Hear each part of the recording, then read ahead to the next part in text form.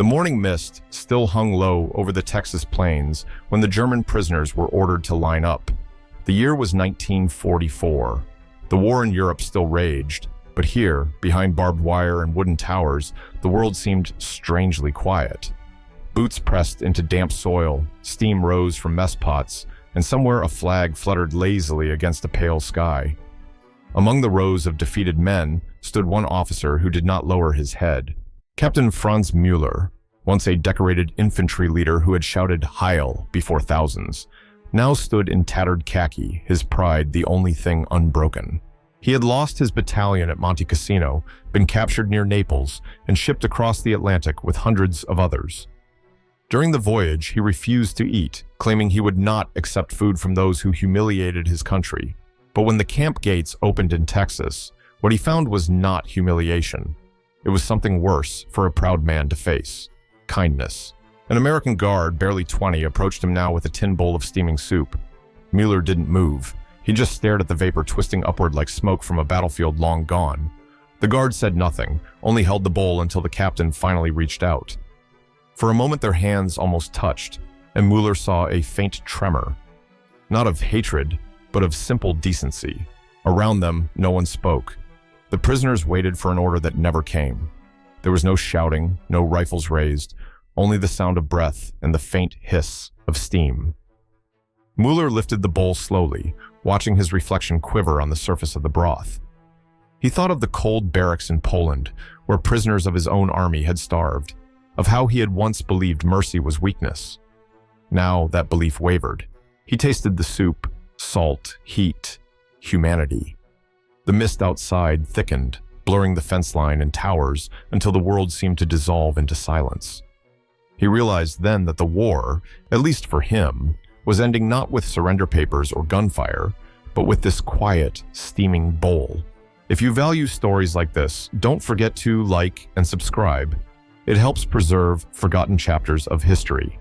Where are you watching from tonight? And what time is it where you are? He lifted the spoon again. The first sip was warmth, unfamiliar and almost unbearable after months of rationed biscuits and cold rainwater. Around him, others ate cautiously, as though every swallow might carry humiliation.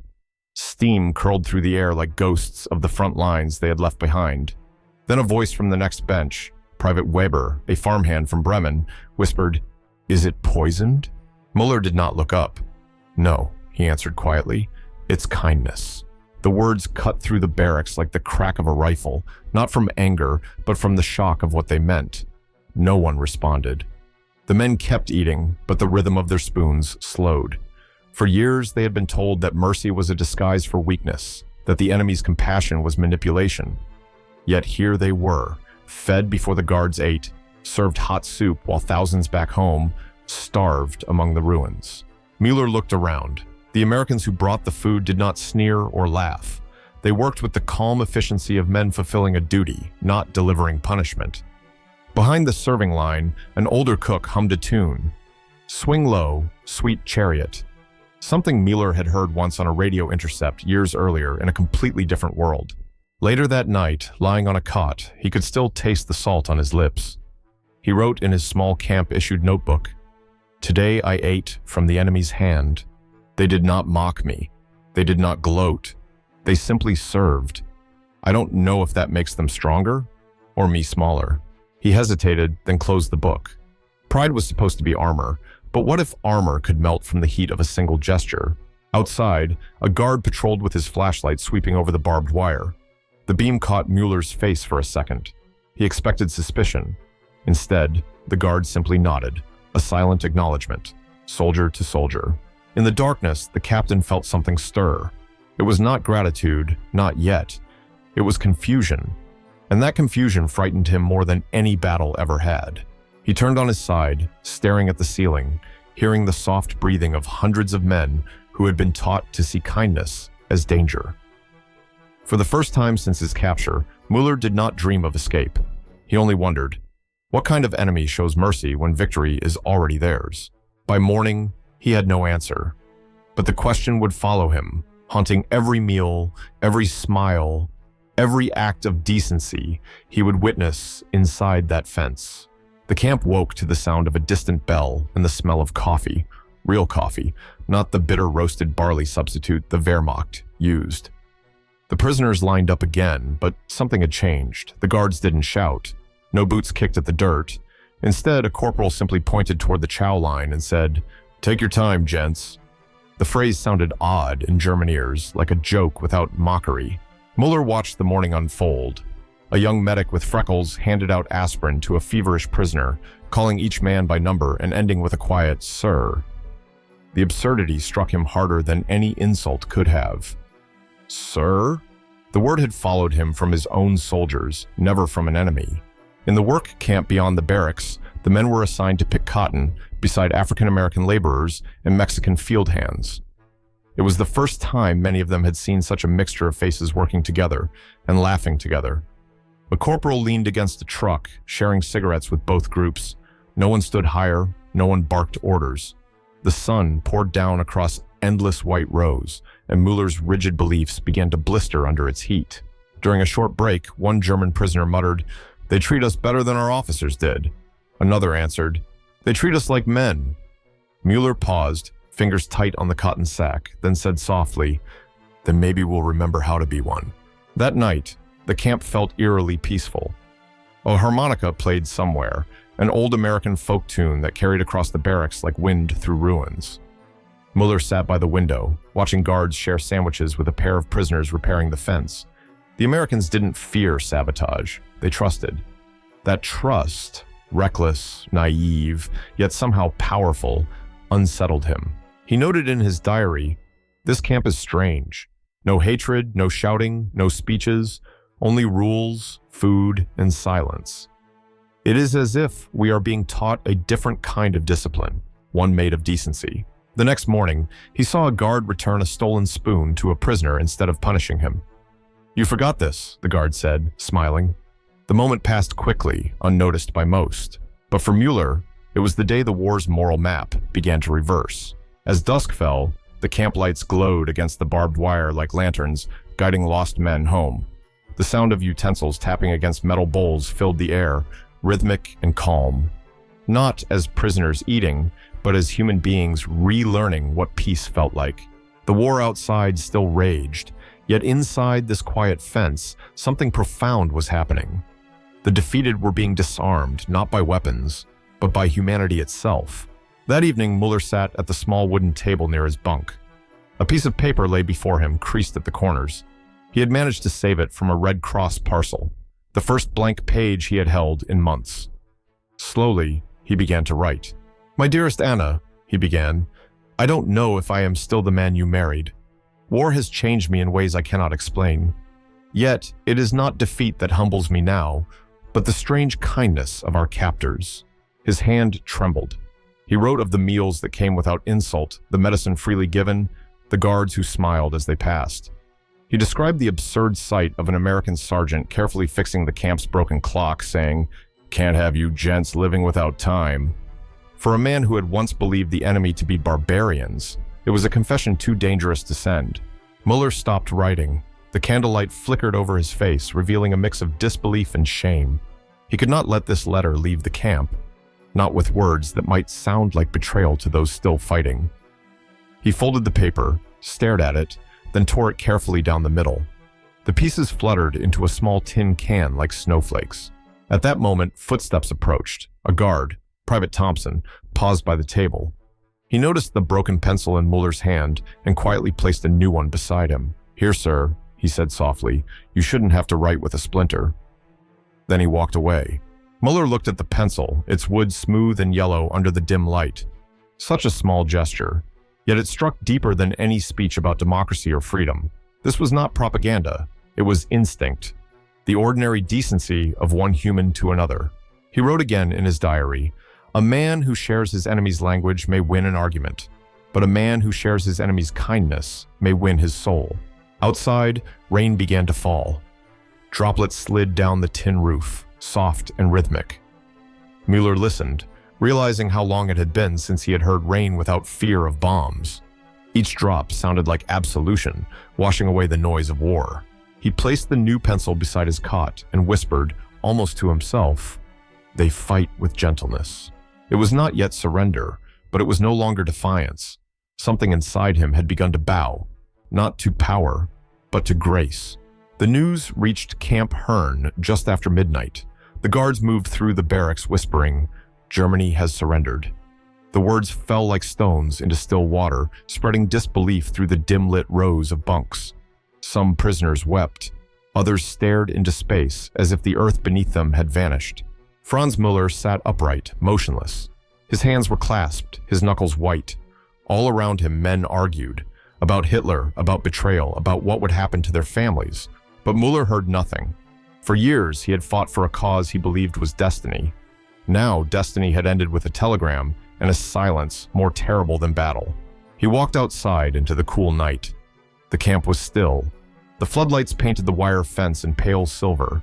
Somewhere, a harmonica played a hesitant melody, Lily Marlene. He stood listening until a guard approached, his boots crunching softly in the gravel. It was Thompson again. The young American hesitated, then said simply, "War's over, Captain." Müller turned toward him. For a long time, he didn't speak. Then, in a voice no louder than a prayer, he whispered, "Your kindness defeated us." The words weren't meant for anyone else. They were an admission, perhaps even a confession, that the defeat which mattered wasn't on a battlefield, but inside the soul. Thompson nodded without understanding the full weight of what had just been said. He placed a hand gently on Müller's shoulder and walked away. Müller remained there, alone beneath the Texas sky, looking up at the same stars that once hung over his homeland. He thought of Anna, of the soldiers who would never return, of the ruins of cities he had sworn to defend. Yet, amidst all that ruin, there was still something unbroken, the humanity he had nearly lost. In the weeks that followed, the camp grew quieter. Letters arrived from home describing hunger and rubble. The Americans shared their rations more often, offering sugar and canned peaches, though their own supplies were stretched. Müller wrote one final note in his diary. "They have conquered without conquest. When a man no longer hates his enemy, the war truly ends." He closed the notebook, set it beneath his pillow, and lay awake listening to the faint rhythm of footsteps outside. Steady, patient, like a heartbeat in the dark. If you had stood where Müller stood, watching the enemy treat you with honor after your nation fell, what would you have felt? Relief? Shame? Or something too complex for words? The day of departure came without ceremony. Trucks rumbled into the camp yard, stirring up clouds of ochre dust that clung to boots and cuffs. Names were called. Men gathered their few belongings, photographs, letters, a Red Cross blanket. After 2 years behind wire, Captain Franz Müller was going home. He had imagined this moment countless times, yet now that it came, there was no triumph, only stillness. The guards shook hands with prisoners, some awkwardly, some sincerely. Thompson stood at the gate, his rifle slung loosely, his expression tired but gentle. Müller approached, carrying a small parcel wrapped in cloth. He stopped, opened the bundle, and drew out his wristwatch. An old German-make silver still ticking. Holding it in his palm, he said quietly, "It's German precision." Then he extended it toward Thompson. "Take it, for time well kept." The young American hesitated. "Then it deserves a heart," he replied, pressing his own hand over Müller's for a moment. No flags, no speeches. Only two men trading the symbols of what once divided them, discipline and compassion. A gust of wind swept through the yard, and the fence wires hummed faintly like strings of a vast instrument. For a brief instant, the air seemed to carry more than dust. It carried the weight of understanding. On the truck, as the convoy pulled away, Müller looked back. The guard tower receded into the horizon, framed by the Texas sun.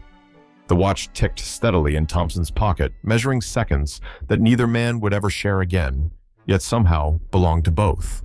Later, in his journal, Müller wrote, "They gave us food, dignity, and time. 3 things war always steals first. I leave here not as their enemy, but as a witness." If you were in his place, would you have had the courage to thank those who once held you captive? Would pride allow it? Or would silence feel safer? The road stretched ahead toward Galveston, then eastward across the Atlantic. Behind him lay a camp built not of punishment but of paradox, where the defeated learned the anatomy of decency. The engine roared, drowning the last echoes of the harmonica that had once played through quiet nights. Yet even over that noise, Müller could still hear the ticking, steady, unbroken, a fragile proof that time could heal what hatred could not. 30 years passed. The world had changed its uniforms and its enemies. Factories that once built bombers now built tractors, and the flags that had once clashed in war now fluttered side by side in trade fairs. Yet in the quiet town of Kassel, an old man still woke each dawn to the sound of a ticking watch. Franz Müller was 71. His hands trembled slightly when he wound the same silver watch that had once crossed an ocean and come back again. That morning, he boarded a small bus heading toward Normandy. The passengers were mostly veterans, some American, some German, gray-haired men who shared the same silence of those who had seen too much. When he reached the Normandy American Cemetery, the air smelled of salt and wet grass. Rows of white crosses stretched toward the horizon, perfectly aligned. He carried a small bouquet of wildflowers and walked slowly until he found the name etched into marble. Robert Thompson, U.S. Army, 1924 to 1945. He had never known that the young guard who once handed him soup and pencils had been killed just weeks after the war's end, in a truck accident during post-war transport duty. Müller stood there a long time, unable to move. He placed the flowers at the base of the cross, straightened his back, and saluted, not as a soldier, but as a man saying thank you. You didn't humiliate us, he said softly. You healed us. Your kindness defeated our pride. A gust of wind rippled through the flags overhead, the sound mingling with distant church bells. The camera would linger there, on the old man's small figure among endless white stones, the world's noise fading into the quiet sea beyond. As he turned to leave, the sun broke through the clouds, glinting off the watch face. The hands moved, precise and patient, marking not the passage of time, but its restoration. Müller walked toward the horizon, his steps steady, his shoulders light. Sometimes, the greatest victories are not written in treaties or monuments. They are carved in the silence between enemies who learn to see each other as men. No music, no outro, just wind and waves, carrying the memory forward. History often records wars in iron and fire, the battles, the weapons, the flags. Yet the quiet war that Franz Müller lived through left no crater, no headline. It happened inside a human heart, where pride met compassion and slowly, painfully surrendered. What began with a bowl of soup in a dusty Texas morning became a lesson that outlasted empires. Across thousands of POW camps in America, men like Müller, engineers, farmers, teachers, witnessed a civilization that defeated enemies not by chains, but by fairness. They saw guards share coffee, farmers offer work, children wave at prisoners through the fence. Between 1943 and 1946, over 371,000 German prisoners were held in the United States, and when the war ended, the majority returned home, not radicalized, but changed. Some would later rebuild West Germany with those same values of dignity and democracy they had first glimpsed behind barbed wire. Decades later, Müller's watch still ticked, a small machine of precision and patience, much like the fragile peace he carried within. In a world that kept inventing new reasons to divide, he understood something simple: that the real strength of a nation is measured not by how it conquers, but by how it forgives. If the past could speak, perhaps it would whisper what Müller once wrote: "They defeated us with decency." And maybe that is why this story still matters, because it reminds us that kindness, when shown at the right moment, can end wars no treaty ever could.